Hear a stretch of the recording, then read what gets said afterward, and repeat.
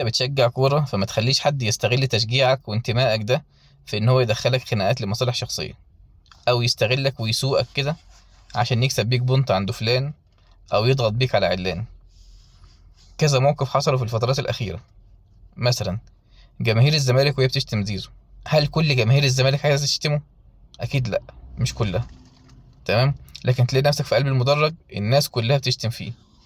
طيب جماهير الأهلي بتشتم لعيب في الزمالك، وبيحصل، سواء كان أيام شيكابالا أو دلوقتي أو حتى بعد كده، هتفضل نفس الطريقة هي طالما الناس ما اتغيرتش.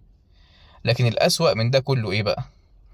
تمام، خلي بالك إن أنت هنا أنت اللي بتشيل الذنب، والناس اللي بتسوقك للكلام ده برضو بيشيلوا ذنب أكبر. تمام. النقطة الأهم بقى، أرض نادي الزمالك ومشكلة الأرض اللي بقالها كذا شهر هي المتصدرة المشهد، والناس كلها بتتكلم عنها، وفين دعم الدولة، ونناشد ونعمل ونسوي. والإدارة بتاعت الزمالك بتحاول تزق الجماهير في السكة دي. احنا النادي المظلوم، الدولة مش واقفة جنبنا، الدولة بتدعم النادي التاني اللي هو الأهلي، وبيضرونا وبيأذونا وبياخدوا الأرض بتاعتنا، انتوا عايزين النادي يهبط، وبتزق الناس كلها في السكة دي. وكل الجماهير او بنسبة 90% منهم مشي وراه.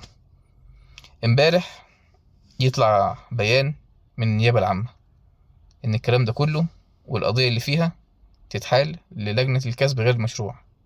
يعني في سرقة بتحصل في النادي. كسب غير مشروع ده يعني في لبش بيحصل، سرقة، اختلاس، حاجة كبيرة حصلت.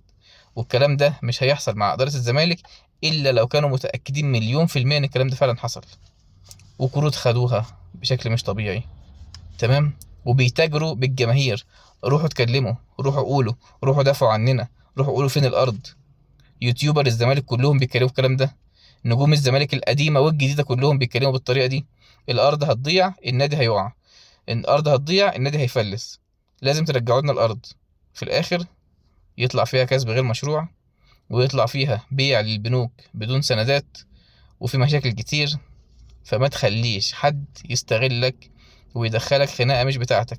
لأن يوم ما تفوق وتشوف اللي حصل ده، وتشوف الصورة كلها والمشهد كله، هتحس قد إيه انت كنت متغفل، وان الناس استخدموك في اغراض شخصية ما تخصش الزمالك في حاجة. الناس دي استفادوا من وراه. تمام، الناس دي طلعوا مصالح من وراه. احنا عشان مش عارفين كل الصورة، لكن في ناس كتير قوي استغلوا النادي وخدوا فلوس من وراه ولبسونا في الحيطة.